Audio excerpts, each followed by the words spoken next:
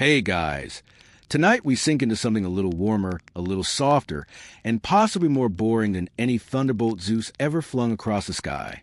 You're perched right here with me, eyelids already half closing, and the flicker of hearth fire dances in your mind like the world's gentlest nightlight. The air smells faintly of ash and bread, the way an old village oven might have smelled at sunrise. You're probably not going to survive this as a fully awake human being, and honestly, that's the point. So, before you get comfortable, take a moment to like the video and subscribe, but only if you genuinely enjoy what I do here. And while you're at it, I'd love for you to post in the comments where you are listening from and what time it is right now. Now, dim the lights, maybe turn on a fan for that soft background and let's ease into tonight's journey together. You trudge through the crowded heights of Mount Olympus, where gods bicker like a family group chat gone terribly wrong. Hera is sharpening complaints like daggers. Poseidon is ranting about not getting enough temples by the coast, and Apollo is showing off yet another new song. In the middle of this divine cacophony sits Hestia, tending the hearth, her attention fixed on a small flame glowing steady. While Zeus boasts about ruling the cosmos, she simply feeds another log into the fire. You can almost feel the contrast. Olympus is a loud cocktail party, but Hestia is that one quiet corner where the snacks are better and the couch is soft. Historians still argue whether her decision to withdraw from disputes was strategic genius or just introversion elevated to divine art. Either way, the gossip never seems to reach her, though you catch yourself wishing you could borrow her noise-canceling powers during family holidays. You shuffle closer to that hearth, and the warmth settles into your bones, which is more than you can say for the icy drafts of Olympian politics. Greek myth, for all its thunderbolts and seductions, is surprisingly full of side characters like Hestia who choose peace over spectacle. Fact check. In ancient Athens, every single home had a hearth dedicated to her, burning quietly while the rest of the city argued in the agora.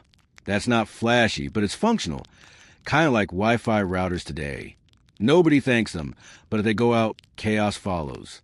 You recall reading somewhere that some cult practices in the countryside even believed if Hestia's flame died, it meant bad luck for the entire family. That's the sort of superstition that gets people triple-checking their coals before bed. And honestly, a flame babysitter goddess sounds way more practical than another thunder god. As you lean back, you imagine how boring Greek myths could be if everyone acted like her.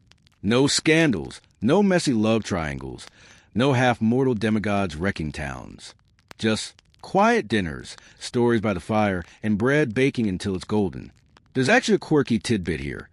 Some scholars note Hestia never left Olympus in myths, unlike the wandering Hermes or rowdy Dionysus. She stayed put, tending the symbolic center of it all. Picture her as the mythological version of that one roommate who never goes clubbing, but makes sure the apartment has toilet paper and clean dishes. Without her, the gods might have starved or just frozen. Yet, when textbooks list the big Olympians, she gets less attention than flashy Ares or Aphrodite. It's like drafting a fantasy football team and forgetting to pick a goalie. You hear the crackle of burning logs and imagine debates around her role. Was she the embodiment of cosmic stability, keeping the universe's rhythm steady, or just a divine equivalent of kitchen staff? Historians still argue whether her silence was reverence or dismissal, whether she was revered because people truly adored her or simply because she never caused trouble. Think about it. In a pantheon addicted to drama, she was the outlier, and somehow her outlier status gave her staying power. The most dramatic myth attached to her? Turning down a few marriage proposals from gods who wanted her on their side. Compared to Ares stabbing people, that's like a sitcom subplot.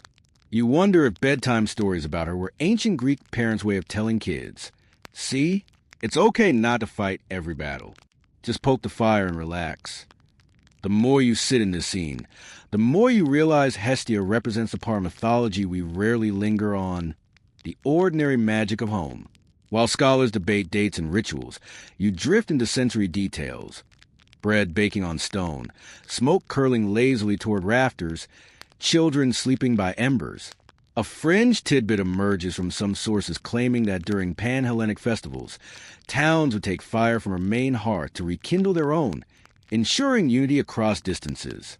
Imagine an Olympic torch relay, but much slower, with fewer spandex shorts and more donkeys. It's absurd, yes, but it proves how a boring goddess became the anchor for entire civilizations. Without her, myths might just be noise. With her, there's continuity, a glow you follow when all other lights fade. You let yourself sink into that glow now, the flicker steady, the warmth unchanging, until your breathing matches the rhythm of the flame. You settle deeper into the warmth, and your thoughts circle back to Hestia's place in the Olympian family tree. She's the firstborn child of Cronus and Rhea, which technically makes her the eldest of the 6 siblings who would later be crowned Olympians. But here's the catch. Cronus, ever the paranoid dad, swallowed all his children whole at birth because he feared one would overthrow him.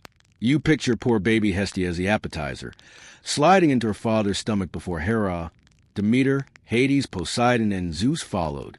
Not exactly the welcoming committee she deserved. Historians still argue whether her being the first swallowed or the last spit out mattered in mythic ranking. Either way, it's the sort of technicality that would drive a Greek genealogist insane. And here's a fun side note. Some ancient writers actually listed Hestia among the 12 Olympians, while others booted her out in favor of Dionysus. Imagine being replaced at the family table by the god of drunken karaoke. You wander through the birth order mess, and it's easy to see why Hestia got overlooked. Zeus, the youngest, snatches the throne, Poseidon waves a trident around, and Hera plots like a royal strategist. Meanwhile, Hestia stays in the background, more like the reliable aunt who babysits, while everyone else runs their empire. Yet, being firstborn gave her symbolic weight. In Greek tradition, eldest children often carry responsibility for maintaining household continuity. The hearth fire, after all, was never just a pile of burning sticks. It symbolized the lineage itself, a flame that connected ancestors to descendants. There's even a quirky tidbit. Some fragments suggest new colonies in the Greek world would carry a sacred flame from their mother city's Hestia hearth to ignite their new home, like a cosmic starter kit. You imagine settlers clutching a clay pot of glowing embers like it's the ancient equivalent of packing Wi-Fi passwords. As you poke around this mythological family drama, you notice how Hestia's quiet existence stands in contrast to her siblings. Hades disappears underground, ruling the gloomy afterlife.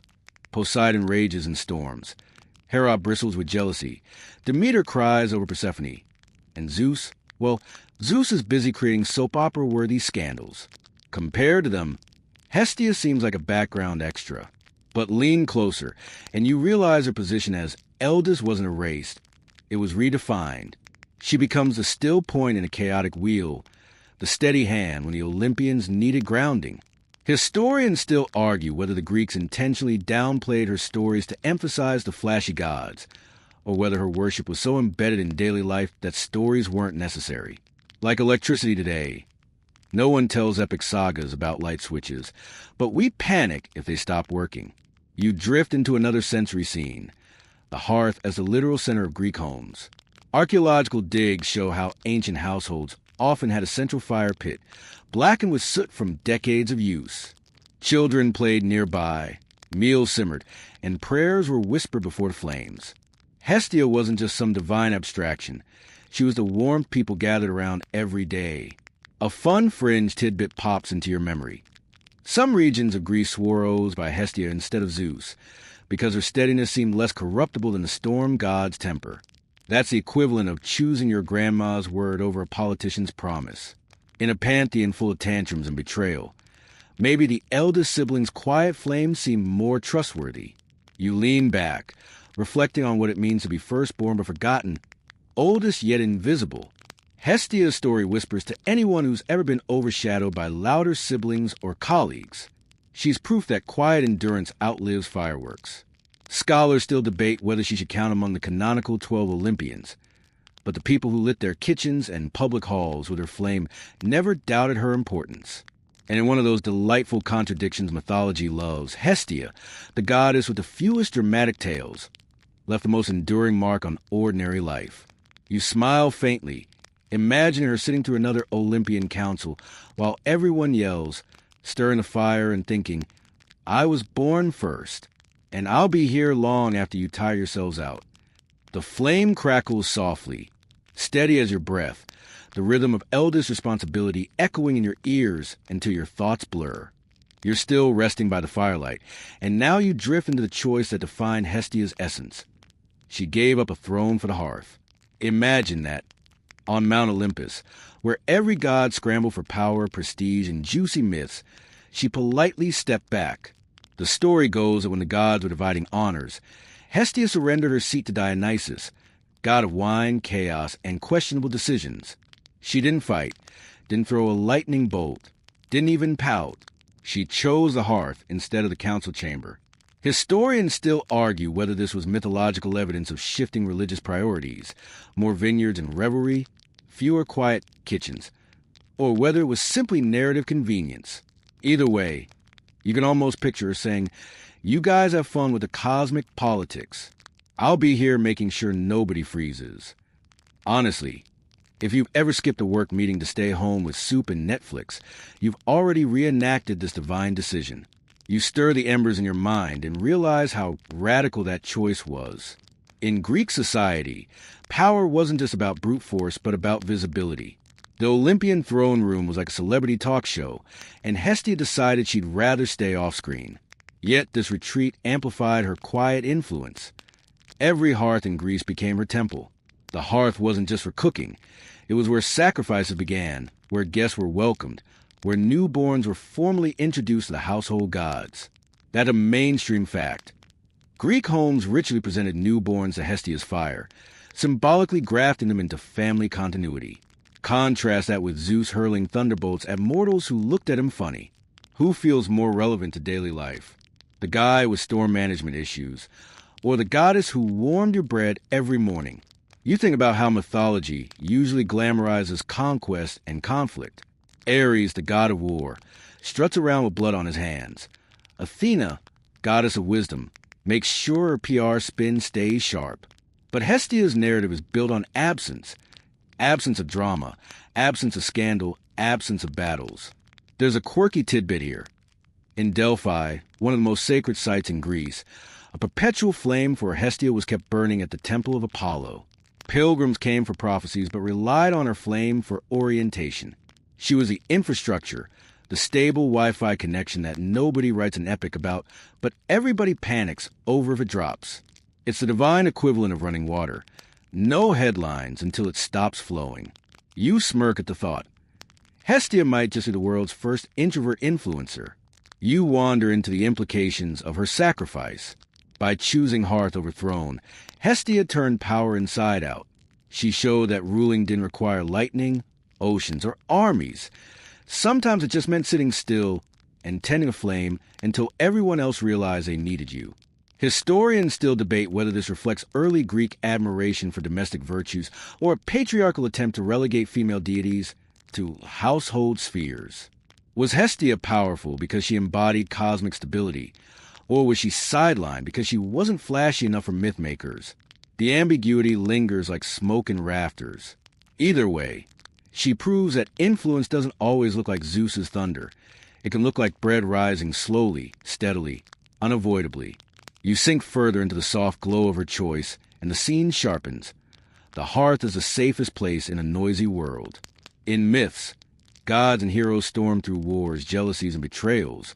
But the hearth remains. Families gather, share meals, whisper prayers, and keep the flame alive as a ritual of survival. A fringe tidbit whispers through memory. Some sources claim that when cities founded colonies, they didn't just carry fire from Hestia's hearth. They believed the flame itself contained divine protection, like a spiritual firewall. You picture settlers cradling embers in clay pots across the sea, hoping the goddess traveled in those sparks. And as you close your eyes, you can almost feel that ember warm in your hands, a reminder that sometimes the boldest power move is refusing to play the power game at all. The logs crackle, steady, timeless, as you let the glow pull you into deeper calm. You rest in the gentle rhythm of the flame, and tonight your mind drifts to Hestia's vow, her quiet promise that shaped the rest of her mythic career. While her brothers and sisters tangled themselves in marriages, betrayals, and soap opera-level drama, Hestia swore to remain a virgin forever. Not virgin in the prudish sense, but virgin as in free. No messy entanglements, No divine custody battles. No need to pick sides. Historians still argue whether this oath represented empowerment or confinement. Was she a trailblazer choosing independence? Or was society so fixated on pure domestic roles that they confined her to hearth? Either way, you can sense the relief in her decision. When you've seen Zeus's idea of romance, swearing off relationships doesn't sound half bad. You picture the gods reacting to her vow. Poseidon, restless and stormy, reportedly tried to win her hand. Apollo, too, with his golden lyre and questionable track record, made his pitch. But Hestia turned both down, asking Zeus himself to witness her oath of chastity. That's a bold move, telling the king of the gods, "No thanks, I'd rather tend the fire." There's a quirky tidbit here.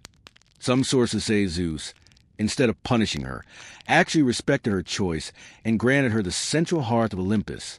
Imagine that. Zeus, notorious for ignoring boundaries, actually honoring one. It's as if the office flirt finally backed off and gave you your own corner desk with a coffee machine. You let yourself imagine what this meant for mortals. In Greek households, the hearth wasn't just physical, it was sacred. When guests entered a home, they were received at the hearth, sworn under Hestia's protection.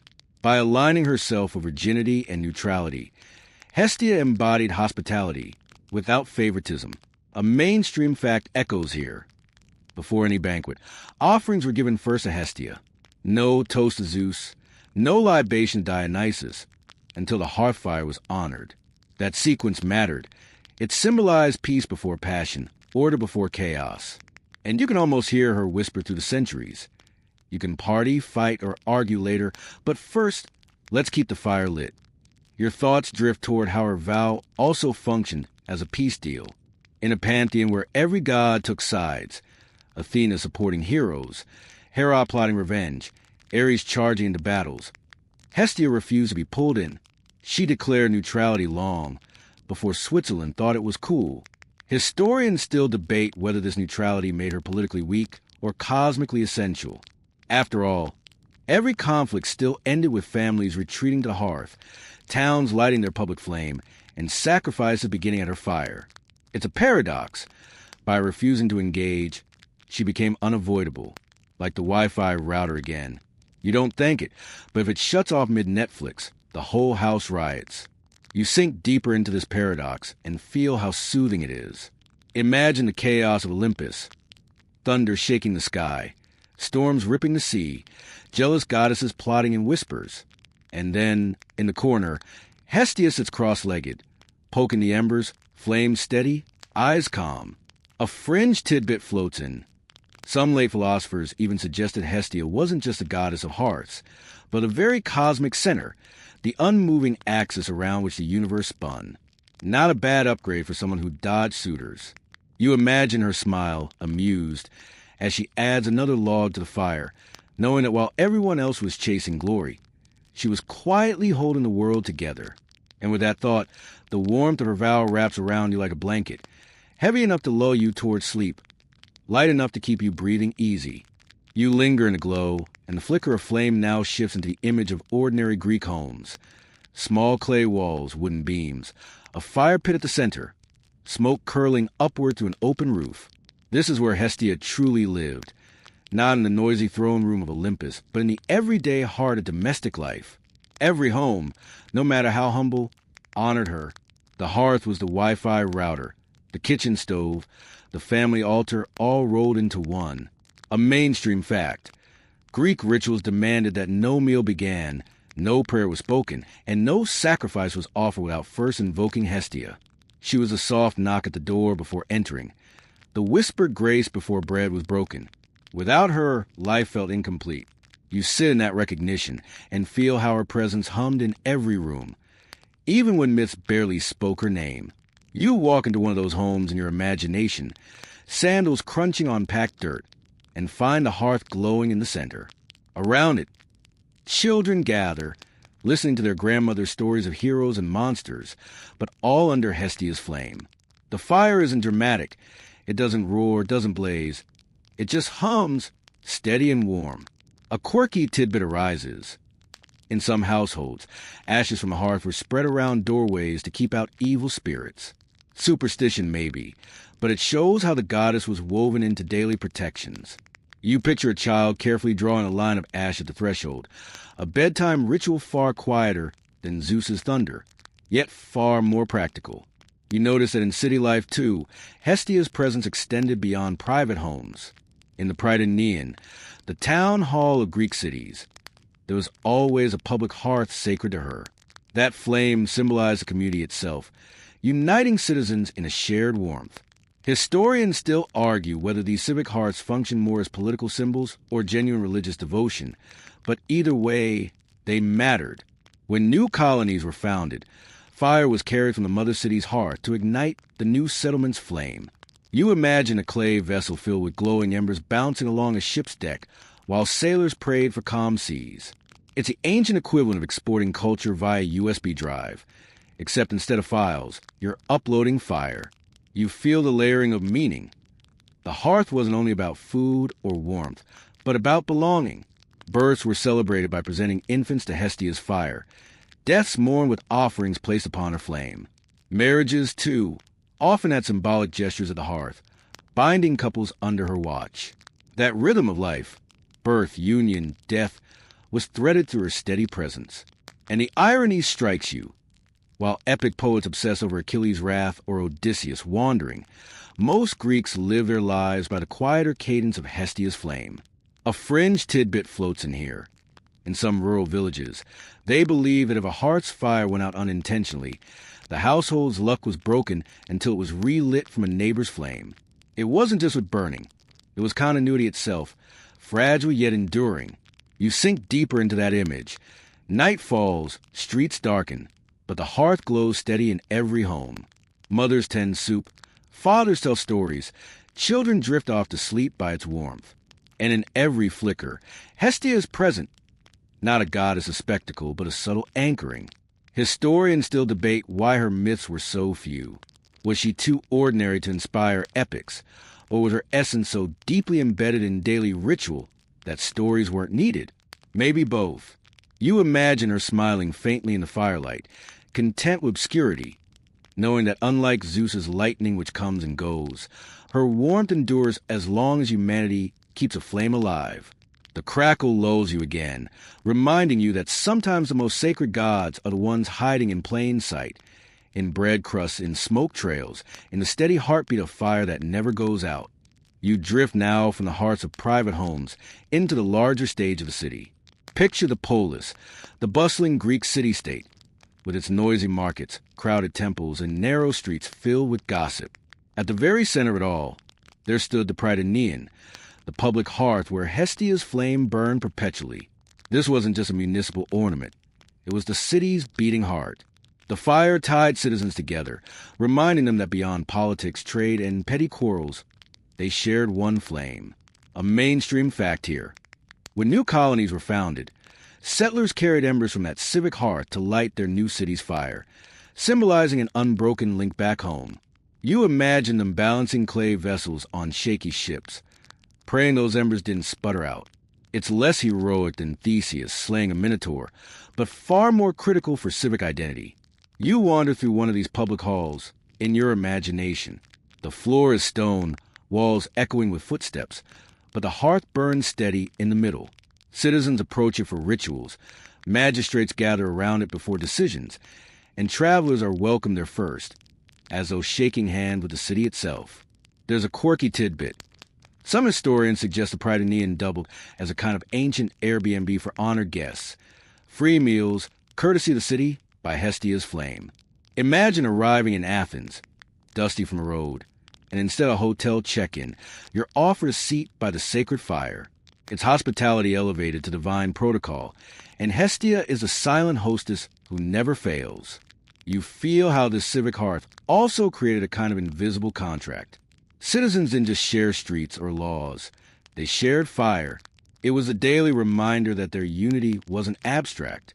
Historians still argue whether the political leaders exploited this symbolism to reinforce loyalty or whether people genuinely experienced the fire as sacred. Either way, the result was the same. Every assembly, every court, every feast began with Hestia. Without her, the polis risked chaos. And in that way, She became the quiet stabilizer of democracy's earliest experiments. It's almost comical. While Pericles delivered rousing speeches in Athens, somewhere nearby Hestia's flame was crackling, ensuring nobody forgot their shared hearth. You sit with the irony of it. The gods who made headlines, Zeus, Athena, Poseidon, were the ones plastered on marble statues, yet the actual glue of the community was a goddess with no flashy myths, no grand temples, just a flame that had to keep burning. A fringe tidbit slides in some smaller city-states. If the flame ever went out, the entire community panicked, interpreting it as a sign of divine displeasure. They would rush to relight it, often borrowing fire from a neighboring town. Imagine the embarrassment. Sorry, Corn, we let our city flame die. Can we borrow a spark? It's not quite an epic war, but for the locals, it mattered just as much. You lean back and let this truth sink in. For all the chaos of Olympus, for all the thunder and gossip, the real stage of Hestia's influence was not mythic battlefield, but everyday civic order. She was less about conquest and more about continuity. You can almost feel her flame warming the assembly hall, its glow reflecting off polished shields and togas. And though historians still debate the depth of her political role, you sense she was a quiet contract binding people together. Not a roar, not a spectacle, just a steady flame in the middle of the room, never demanding attention, but always needed. And as the crackle hums your ears, you realize cities crumble without walls, armies, or gold, but they collapse even faster without unity. And Hestia's flame was that unity flickering steady in the dark. You stay near that civic hearth a little longer, watching the rituals unfold, and one pattern stands out. No sacrifice ever began without Hestia. Every offering, whether it was a libation of wine or the roasting of an ox, started with her flame. That a mainstream fact. Greek ritual law required the first and last portions of sacrifice to belong to Hestia. She was the opening chord and the closing note, the bracket around a performance. You imagine priests in long robes, carefully dropping barley grains in their fire before daring to invoke Zeus, Athena, or Poseidon. Without Hestia's acknowledgement, the whole ceremony was considered incomplete, like trying to launch a Broadway show without switching on the stage lights. You step closer to one of these sacrifices in your mind. The smell of burning fat drifts into the air, smoke curling toward the sky, and somewhere in that haze Hestia is honored quietly. No statues crash down, no thunderbolt slice the air. She receives her due in silence, but always first. There's a quirky tidbit. Some festivals gave her the smallest yet most symbolically powerful portion, just a pinch of grain or drop of wine, because the act itself mattered more than the quantity. It's almost comedic. Other gods demanded bulls or rams, while Hestia was content with a token. She was basically the divine minimalist, long before Marie Kondo. You consider how the sequence shaped Greek thought. Sacrifices weren't just appeasements. They were negotiations between mortals and gods. By beginning and ending with Hestia, the Greeks wrapped every negotiation in peace and stability. Historians still argue whether this reflected a theological hierarchy. Was she secretly above Zeus since she always came first? Or whether she simply symbolized ritual order? The debates continue, but the practical outcome was clear. Even mighty Zeus had to wait his turn until the quiet flame had been acknowledged. It's the ultimate power move. No drama, no chest thumping, just a polite, "After me, please." You shift the scene slightly to grander festivals, the Panathenea in Athens or the Olympic Games at Olympia. Thousands of people crowded into sanctuaries, sacrifices piled high, trumpets blaring, and still, before Athena received her robe or Zeus's oxen, the first handful of barley went into Hestia's flame. You can almost see her amused expression, invisible in the smoke, as gods with greater PR budgets waited behind her. A fringe tidbit surfaces. Some late sources claim even foreign embassies visiting Greece were required to participate in hearth offerings before negotiations. Imagine international politics conducted like dinner parties, with every diplomat bowing to the same humble fire. You lean into this thought and realize how comforting it is. For all the chaos of myth, the uncertainty of wars, and the pettiness of divine rivalries, there was one steady ritual thread. Hestia first, Hestia last. She was the bookend goddess, the invisible parentheses holding Greek religious life together. No thunder, no spectacle, just ritual necessity. And as you sink deeper into that rhythm, you feel the subtle reassurance in knowing that whatever else happened, victories, defeats, arguments, the fire was tended, and the first drop of wine still hissed in her flame.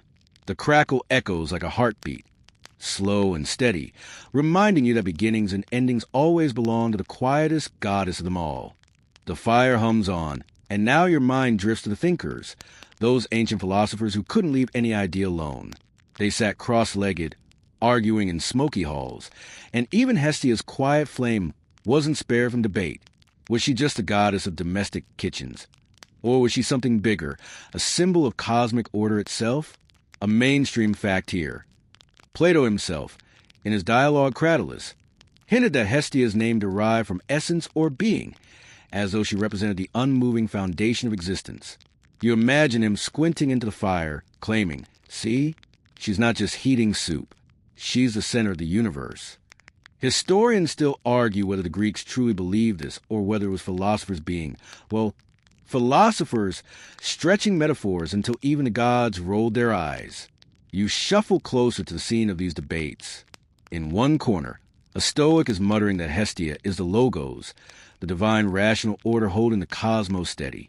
Across from him, an Epicurean scoffs, insisting she's just symbolic comfort, nothing supernatural, basically ancient candlelight therapy. Then there's some Pythagorean in the back claiming Hestia is the literal cosmic hearth around which planets revolve. A quirky tidbit. Some ancient astronomers actually called the central fire of the universe Hestia, before the concept of the sun as we know it dominated. Imagine naming the center of the cosmos after a goddess who just wanted to mind her own fire, like calling the Milky Way Grandma's stove. You can't help but laugh softly at the seriousness of these scholars, yet their arguments reveal something. By connecting Hestia to the cosmic center, they elevated her beyond household utility. She became the still point in a spinning universe, the calm in a storm of divine egos. Historians still argue whether this philosophical rebranding was widely accepted by the public or just an ivory tower exercise. After all, while philosophers saw cosmic metaphors, ordinary Greeks still just wanted their bread toasted evenly. Yet the duality is fascinating. Hestia as both domestic hearth and cosmic principle. It's like discovering your humble toaster is secretly the key to the fabric of space-time. You lean into another layer of irony. Unlike Athena or Apollo, who were endlessly dramatized in art and story, Hestia was barely represented in statues or temples.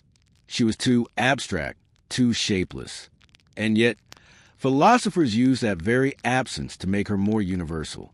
A fringe tidbit drifts in. Some late Neoplatonists even equated Hestia with the soul of the cosmos, claiming she was the invisible breath that kept reality coherent. That a lot of responsibility for someone who dodged marriage proposals. You imagine her shrugging, poking the fire, quietly running the universe while everyone else argued about whose temple had the nicer columns. The longer you sit with this thought, the calmer it feels. Whether she was essence or hearth, cosmic fire or kitchen flame, the truth is that Hestia's meaning expanded with every age. To some, she was bread baking. To others, she was the axis of existence. And perhaps that's the secret. Her very simplicity allowed endless interpretations. She could be as small as a log glowing in a farmhouse, or as vast as the center of the cosmos. And as a flame before you steadies, you feel the philosopher's chatter fade into background leaving only the glow, the warmth, and the quiet truth that even the universe itself needs a hearth to rest around. The warmth lingers, but the contrast sharpens when you glance at the rest of Olympus. Think about Hera, forever plotting against Zeus's illegitimate children, her jealousy fanned like a constant storm. Think about Aphrodite, pulling mortals and gods alike into scandals that read like ancient tabloids.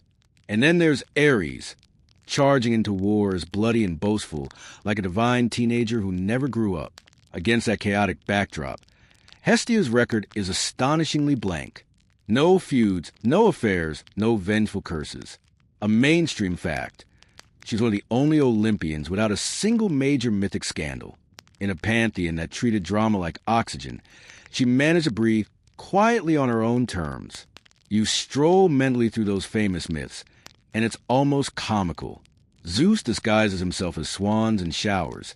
Hera throws tantrums at level kingdoms. Aphrodite triggers wars over beauty contests. Dionysus leaves trails of intoxicated chaos. And Hestia? She stays at the hearth, tending her fire. A quirky tidbit here.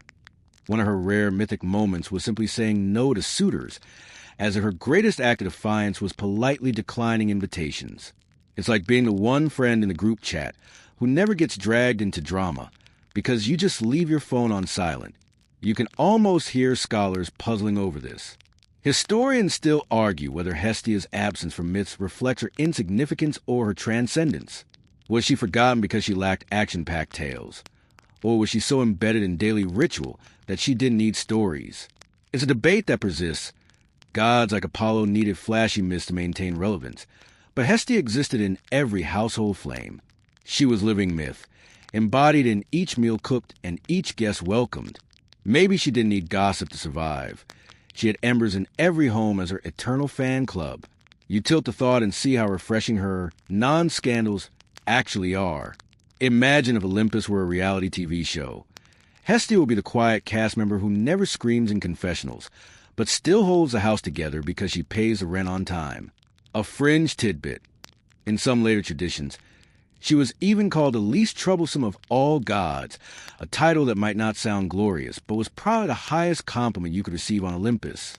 After all, when everyone else is busy stabbing each other in the back, the one who keeps the fire burning becomes indispensable. You lean into that calm, letting the lack of noise soothe you.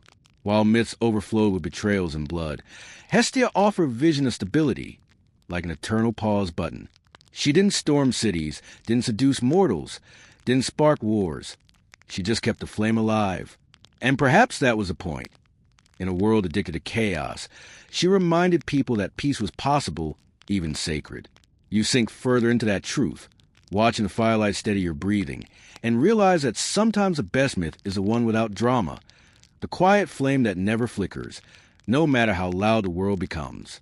The glow of the hearth begins to shift in your imagination, carried across the sea, reshaped in another empire's hands. When the Romans adopted Greek gods, they didn't just take Zeus and rename him Jupiter. They gave Hestia an upgrade. She became Vesta, and suddenly her quiet domestic flame turned into a state institution, a mainstream fact. The cult of Vesta was one of the most important in Rome. Her sacred fire burning in the forum itself, the literal center of the empire. Unlike Greece, where each city had its hearth, Rome centralized the flame as a national symbol. You can almost hear the clamor of senators debating nearby, while behind them, Vesta's fire crackled, steady as a heartbeat of Rome. You picture the Roman forum bustling, merchants shouting prices, citizens hurrying in petition magistrates, soldiers marching through, and tucked in its middle stands a round temple of Vesta. Smoke rises from the eternal flame inside, tended day and night. The goddess of quiet homes now carried the weight of an empire. A quirky tidbit here. If the sacred flame ever went out, Romans panicked, interpreting it as a cosmic sign that the city itself was in danger. Vestal priestesses scrambled to relight it, often borrowing from a pure source like sunlight through a mirror. Imagine thousands of citizens gossiping. Did you hear? The fire went out last night. Like an ancient version of trending Twitter drama, you settle in and consider how Rome transformed her role. In Greece, Hestia was humble, private, woven into household rhythms. In Rome, Vesta became public political, tied directly to the empire's fate. Historians still argue whether this shift reflected Rome's obsession with state control or a genuine expansion of her worship. But the result is clear. The fire was no longer just about soup and stories. It symbolized the eternal strength of Rome. Even emperors bowed to that flame, recognizing its power to legitimize their rule. You can almost hear Augustus whispering, "Keep it burning, my image depends on it." The temple itself held mysteries. Only the Vestal virgins were allowed inside, 6 priestesses sworn to celibacy who kept the flame alive. Outsiders could only imagine what rituals took place. A fringe tidbit. Some rumors claimed secret objects were stored in the temple, relics protecting Rome's destiny, hidden from the public forever. Were they real or just propaganda? to make the fire seem even more untouchable. Historians still debate this like conspiracy theorists arguing over locked government vaults. But whether relics existed or not, the idea alone added weight. Vesta wasn't just warming kitchens anymore. She was guarding the empire's very soul. You lean back, soothed by the transformation. From quiet Greek homes to Rome's marble center, the goddess of hearth became the goddess of empire.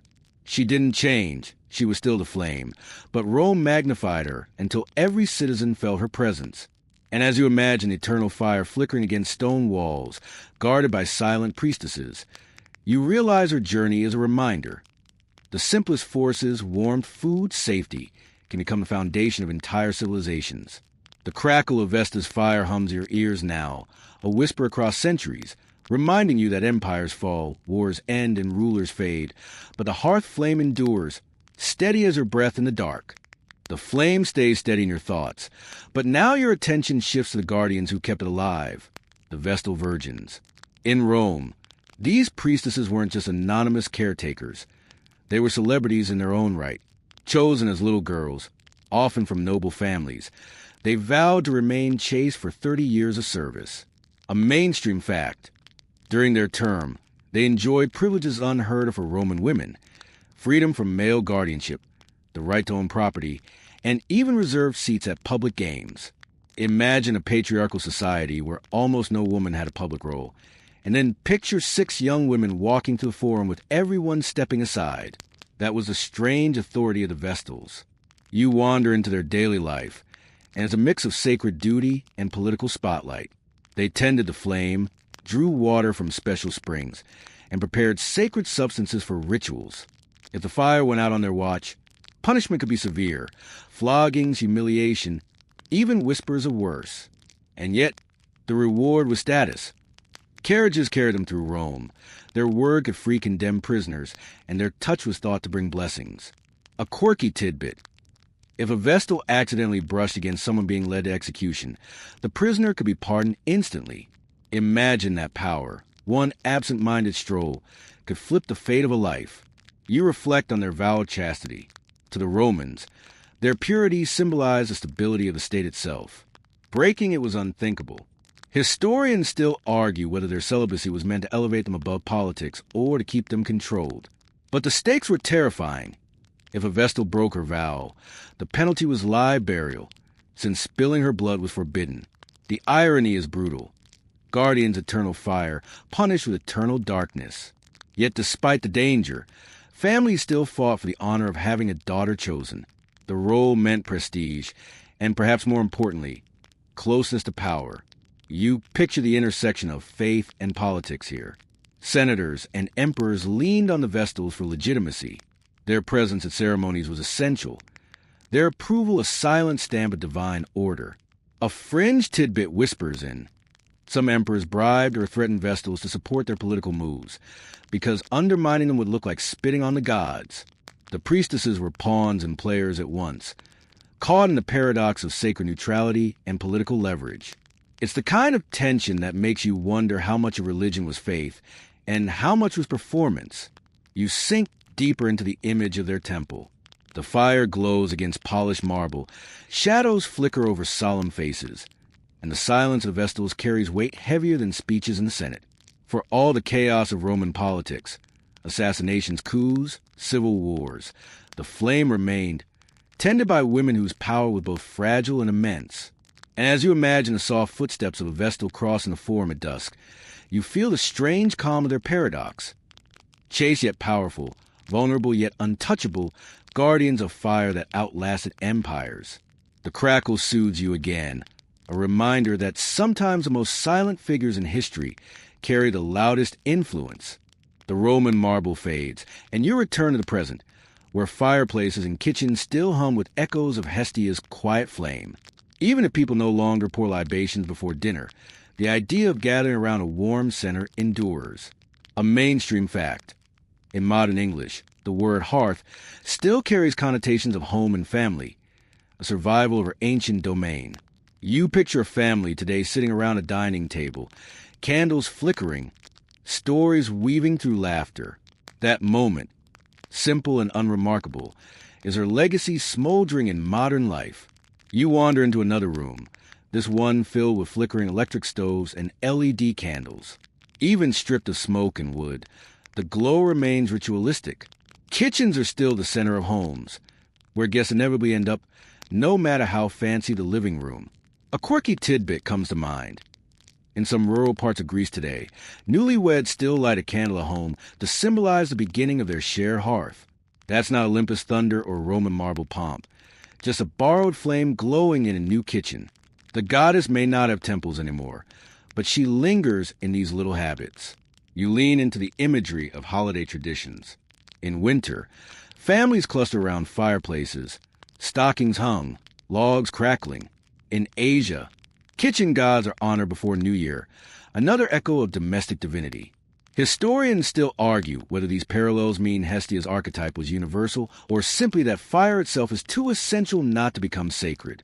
Either way, it's uncanny how her spirit reappears across cultures, sometimes as ritual, sometimes as decor. You realize that even candles on birthday cakes are tiny hearths, sparks of continuity, symbols of family and passage. Try explaining that to Zeus. He'd demand at least a thunderbolt-shaped candle.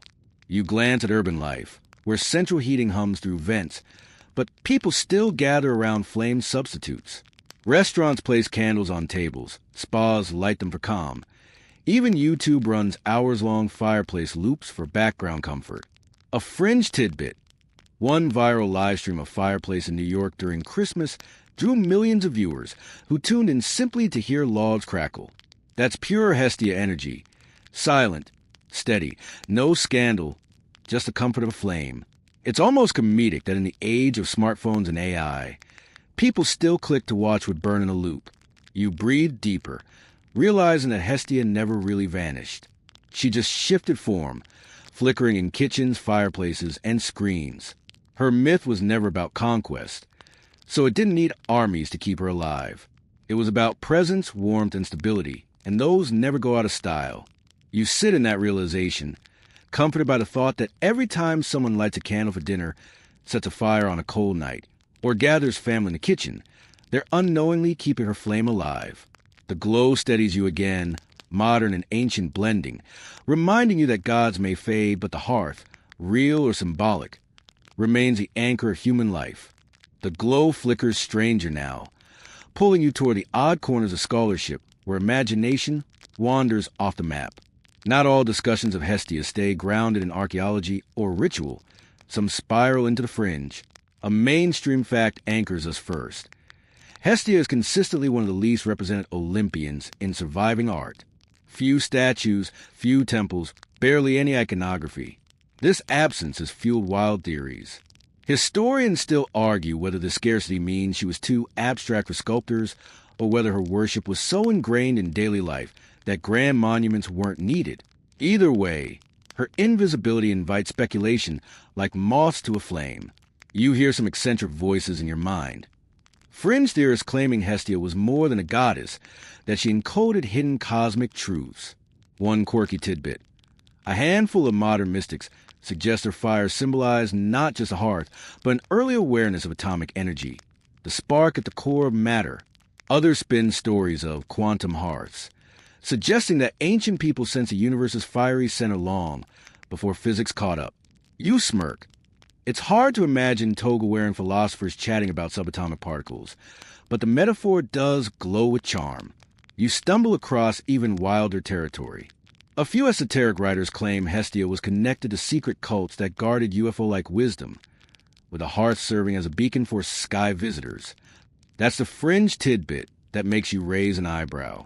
Historians roll their eyes at such claims, of course, but it's entertaining to picture aliens descending over Athens, spotting a household fire and thinking, ah yes, they're still keeping the signal lit.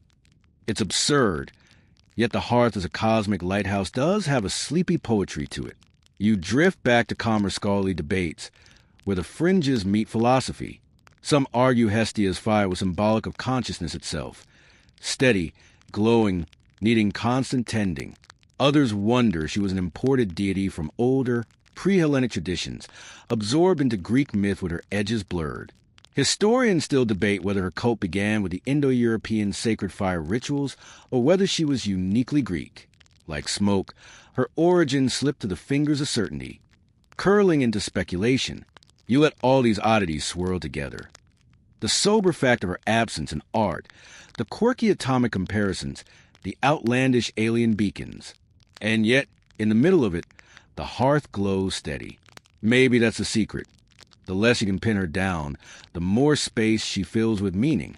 Hestia invites projection, reinterpretation, even conspiracy, and still the flame remains. You lean into the weirdness, amuse and soothe, because whether she's a goddess of kitchen fires or quantum centers, the truth is simple. Her warmth still reaches you. And with that, the fringe theories fade like smoke, leaving only the soft crackle in the dark. The fire flickers lower now, and you realize what you've been circling all along. Quiet power lasts. Hestia never stormed cities, never seduced mortals, never filled epic poems with battles. And yet, her presence has endured for millennia, a mainstream fact. Even when other cults faded, references to household hearths and hospitality rituals tied to Hestia persisted well into late antiquity. Unlike Zeus's thunder or Ares' rage, her fire couldn't be toppled in a single war. It was too woven into daily rhythm. Historians still argue whether this endurance was intentional reverence or simply inertia, because no one can live without fire. Either way, the result is the same. She outlasted the noise. You tilt your thoughts and compare her with flashier gods. Ares demanded attention with clashing swords, Aphrodite with tangled affairs, Dionysus with drunken ecstasy. They were loud, chaotic, impossible to ignore, but also exhausting. Hestia, by contrast, kept steady. There's a quirky tidbit here. Some late Roman writers even noted that while statues of other gods gathered dust or toppled, household shrines to Vesta were cleaned daily, their flames fed carefully. Quiet care proved more resilient than spectacular neglect. It's the divine version of slow and steady wins the race. You picture how this pattern echoes through history. Rulers rise and fall, temples are sacked, philosophies change, yet families still gather around food, warmth, and shared flame. Hestia didn't need to compete. Her realm was too essential. Historians still debate whether myths ignored her because she lacked scandal or whether silence was her power. And as you consider it, you sense the paradox. The more boring she seemed, the more permanent she became. Boredom outlives spectacle. The gossip fades. The fire stays lit. You imagine her sitting in Olympus's corner, watching centuries unfold. Zeus blusters, Hera fumes. Apollo composes another ballad, and Hestia pokes the fire. A fringe tidbit slides in. In some Neoplatonic traditions, she was reinterpreted as the cosmic heart, quietly sustaining the rhythm of the universe while others chase glory. That's endurance, remaining vital not because of noise, but because of necessity. It's like comparing a drum solo to a heartbeat. The solo dazzles for a minute, but without the heartbeat, nothing survives. You settle into the lesson now, almost lulled to sleep by it. In a world addicted to spectacle, it's the quiet, consistent forces that last. Hestia's gift wasn't thunder, beauty, or frenzy. It was continuity. Bread baked. Families gathered, cities held together. Empires rose around her flame. Her myth is a reminder that not all power announces itself. Sometimes the strongest presence is the one that hums unnoticed, steady as breath. You let that truth wrap around you like a blanket, the flame glowing soft, promising that even as stories fade and noise subsides, the hearth will still burn, waiting in the dark. The glow softens now, gentler than before, as if even the fire itself knows this is a final stretch. You let yourself sink fully into its warmth, watching sparks drift upward like lazy stars. All the arguments, scandals, and debates fade behind you, leaving only the quiet flame. A mainstream fact anchors this moment. Ancient writers sometimes describe Hestia as both first and last, the goddess who opened and closed every ritual. And here she is again, closing your night, just as she once closed sacrifices in temples. Historians still argue whether this ritual framing gave her secret supremacy, or was just a polite courtesy. Either way, she ends things the way she began, steady, unnoticed by some, unforgettable to others. You let the image spread outward. The fire that once warmed Greek kitchens, that once glowed in Roman marble halls, now flickers in candles, fireplaces, even digital screens. Her myth may have quieted, but her essence lingers. A quirky tidbit. In modern Greece, at New Year, families still light a candle to bless the household. A faint echo of Hestia's eternal fire. You smile at that continuity, the way sparks leap centuries. She doesn't need temples or priestesses anymore. She lives in a habit of every flame we light for warmth, celebration, or memory. You lean back into the lesson she leaves behind. While other gods shouted, fought, or schemed, Hestia chose stillness. And it was that stillness that endured. A fringe tidbit drifts in. Some modern philosophers call her the archetype of quiet resilience, proof that not all victories need conquest. You can almost hear her laugh softly at the thought. She never sought titles, but she became the most indispensable presence anyway. The world often overlooks the quiet ones, until it realizes they're the only reason life feels safe. You sit with that truth, your breath matching the slow rhythm of the crackle. Power doesn't always roar. Sometimes it hums. Influence doesn't always conquer. Sometimes it nourishes. And myths don't always need battles to matter. Sometimes they just need bread, warmth, and a place to rest. Hestia, goddess of the hearth, whispered this lesson into every flame. And even now, you feel it guiding you toward calm. The world outside may rage, but here, in the circle of her fire, nothing can intrude. You let yourself drift, the fire fading into a soft ember. It glows not with urgency, but with reassurance.